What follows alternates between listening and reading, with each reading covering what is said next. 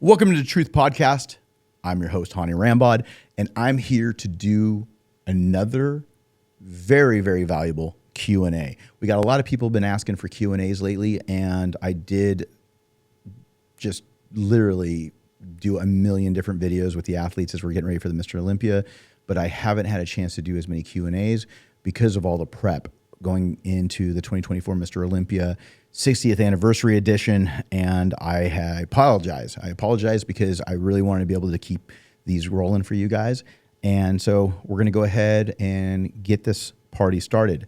And these are taken from both YouTube as well as Instagram.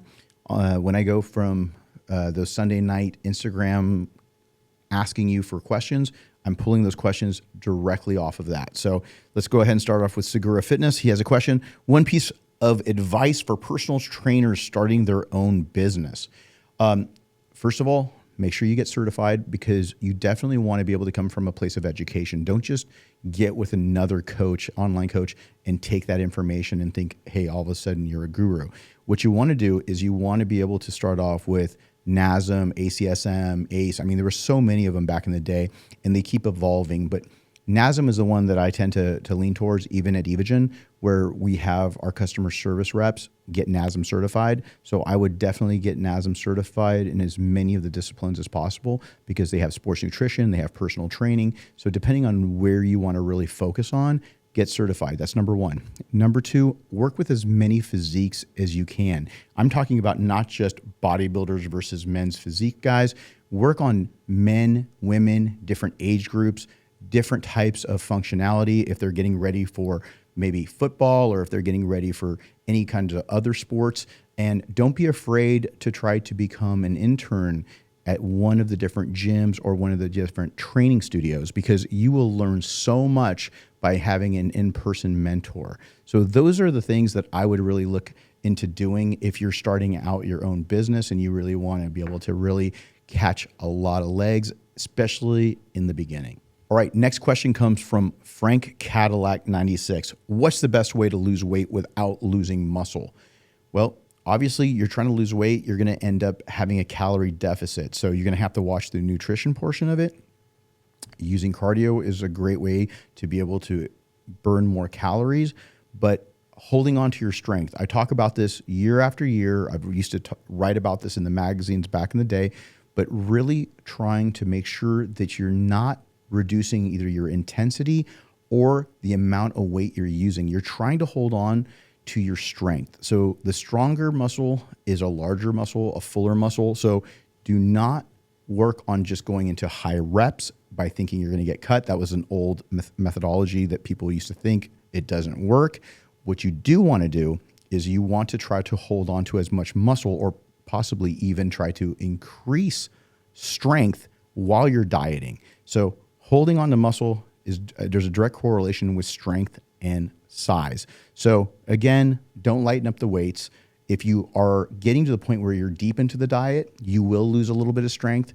10, 15, 20% at the very, very end is very, very common, but you're trying to hold on to as much strength as you can. And again, that's in an extreme diet contest prep situation.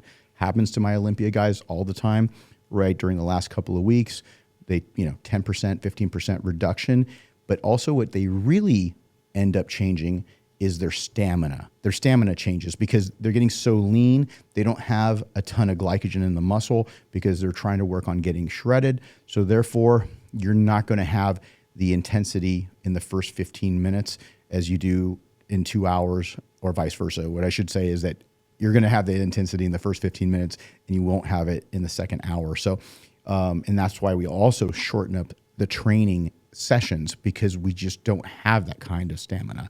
So once again, remember, try to be able to continue to progressively either increase the amount of weight or increase the number of reps with the weights that we were using previously on the previous workout.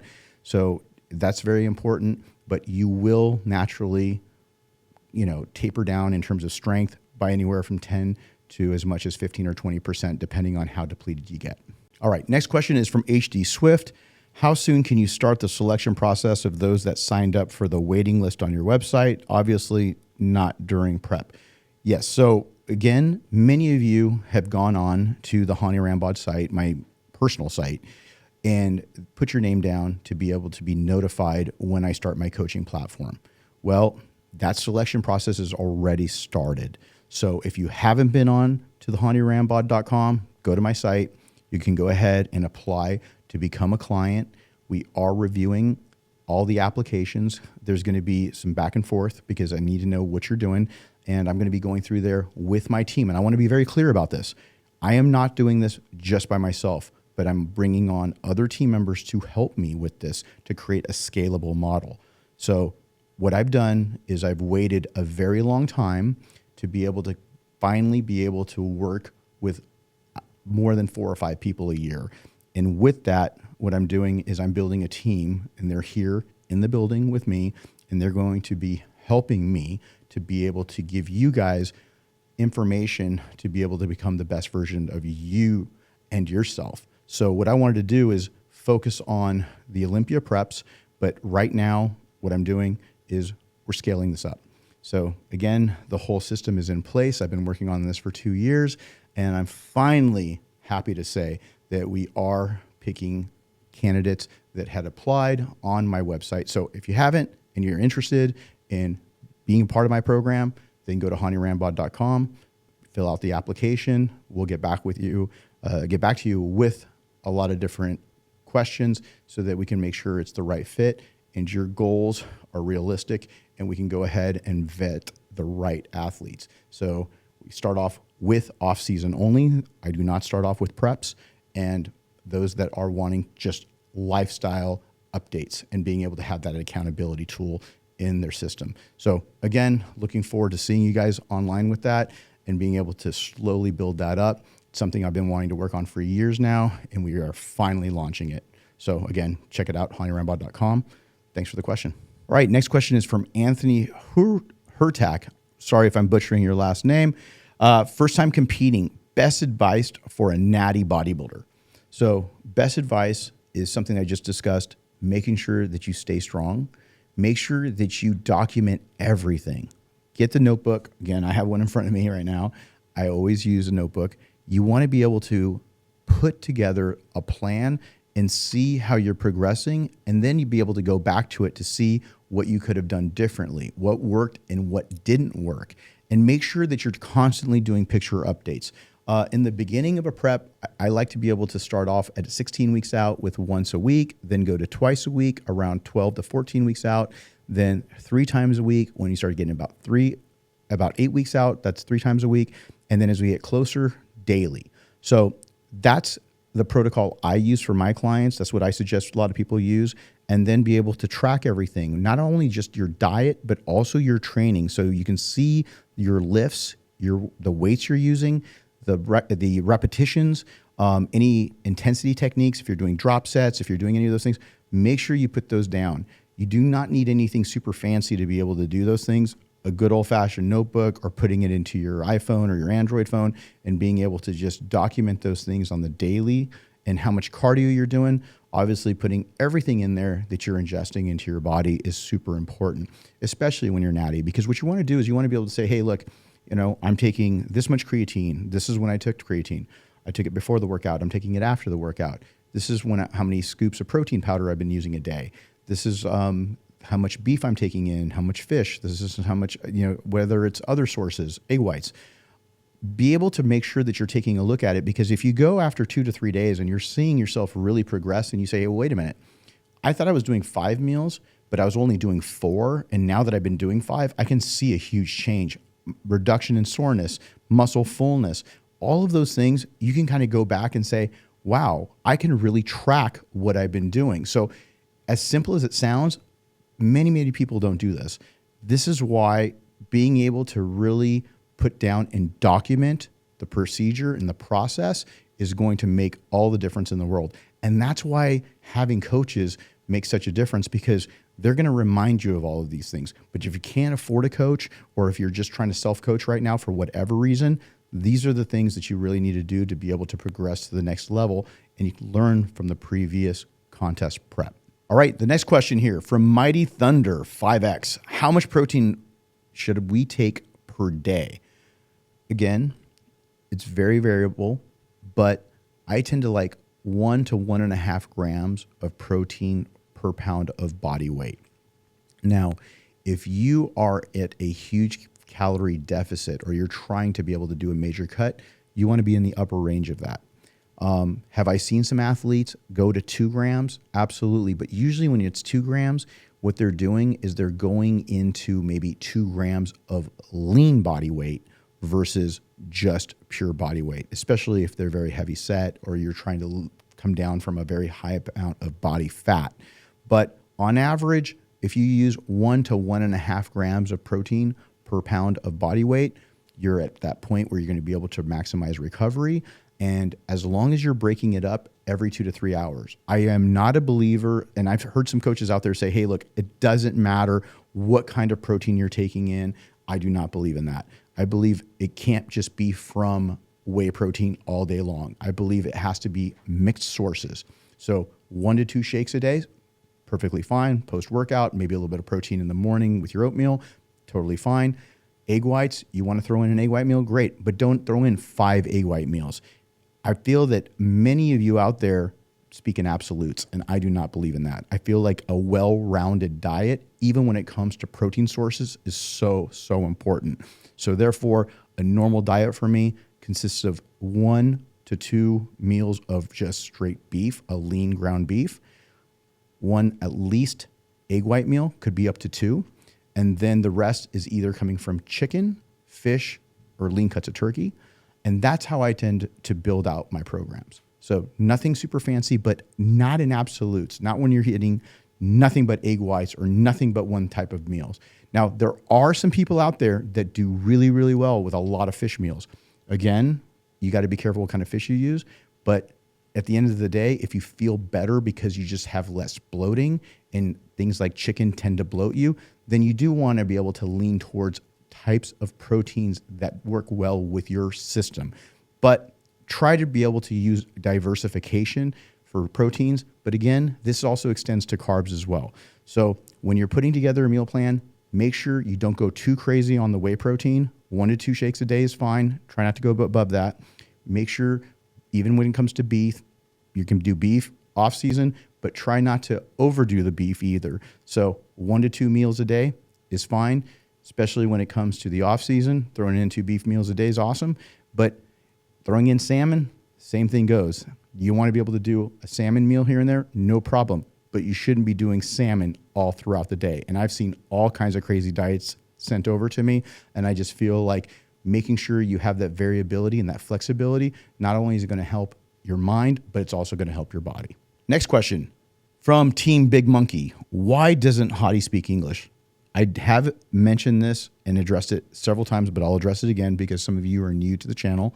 And Hottie doesn't speak English because it's very difficult for him to hear himself being able to pronounce words in English because he's deaf. So he is hearing impaired severely. He's not completely deaf, but we'll just say he's hearing impaired. And it becomes much more difficult when, if you have to imagine this, try to actually speak a word that you wouldn't know how it's properly phrased or how it's properly pronounced.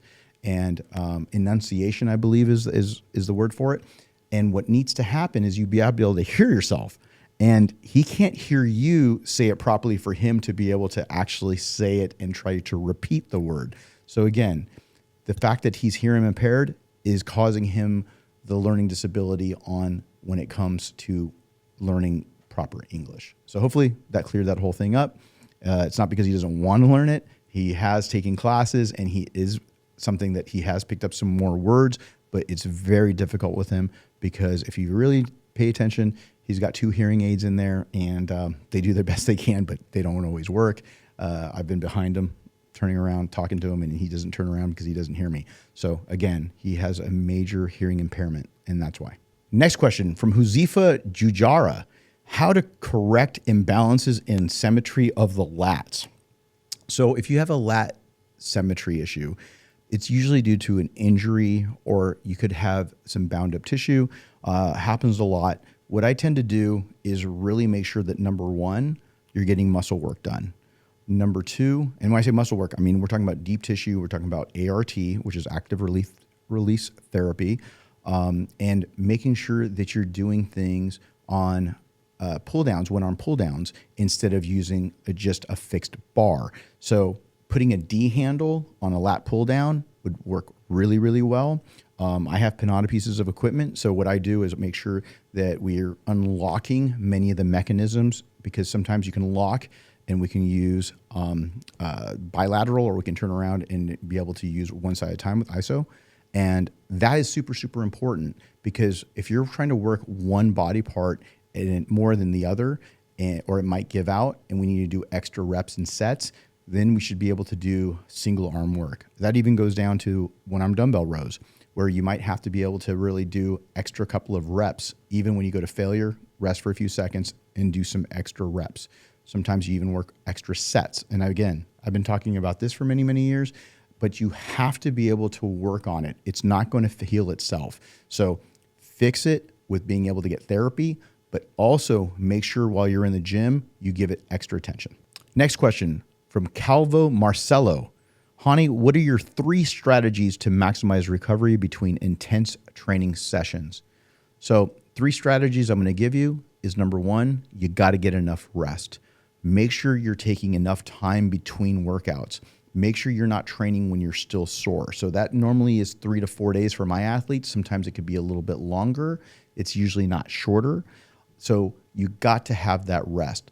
When I say rest, it's also sleep. So I'm going to bind those together into one. The days between the workout of using the same body part again, training the same body part again, but also making sure you're getting at least 7 hours of sleep. So back in the day, we would also try to even nap after training. They would train, eat, take a nap, eat again. So again, in a perfect world, nowadays, so many people are so hyped up on pre-workout, it's hard for them to go out to sleep right after their training, but it was something that is super important. But now, between social media, being able to get your posts, doing all the other things that go along with becoming a professional bodybuilder, it's become much tougher. But if you do have that ability to take a nap after you train, that's going to also be into that rest category. Number 2, your nutrition. You have to get the ample amounts of protein every 2 to 3 hours, especially when you're dieting. So if you're in a caloric deficit, it's especially important. So make sure you're getting your protein every 2 to 3 hours. The third thing is to make sure you can add supplements. Supplements work so well. I love essential amino acids taken throughout the day. I think they work great. I think the betaine also helps too, because it helps with inflammation. So it really, really helps with taking all the different supplements that are available now.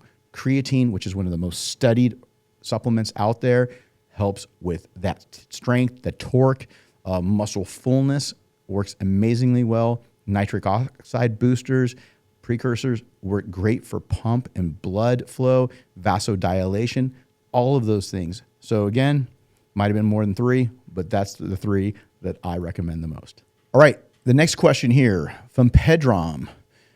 We got Pedram asking, tell us more about the FST-7 app, please.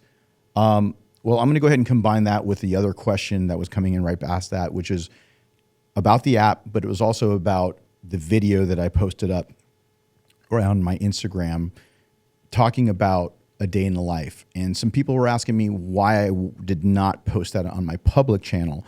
Well, I'm giving exclusive content to the FST-7 app. So it's not just workouts that I put together, but it's also has exclusive content in there. So again, I just purchased a vehicle, something that I had ordered a while back, finally showed up, and wanted to show a little bit of a day in the life thing on the vehicle delivery day. And I put that in the app. So again, not only are you getting workouts in there that are specific to body parts and it's constantly getting updated, but you're seeing some exclusive workouts and you're seeing some exclusive content in there, just like the day in the life video that some of you guys had mentioned to me. Why isn't it on YouTube? Some of you thought that I might have deleted it. It's not been deleted. It's actually on the app. So if you're a member of my FST-7 app, go check it out. You can see the workouts in there, but you can also see some exclusive content. And if you're not a member, you get a chance to go and try it out right now. So go to hanyrambod.com and download the FST-7 app, good for iOS as well as Android, and check out the exclusive content as well as the exclusive workouts. So again, appreciate you all. Hany Rambod, peace.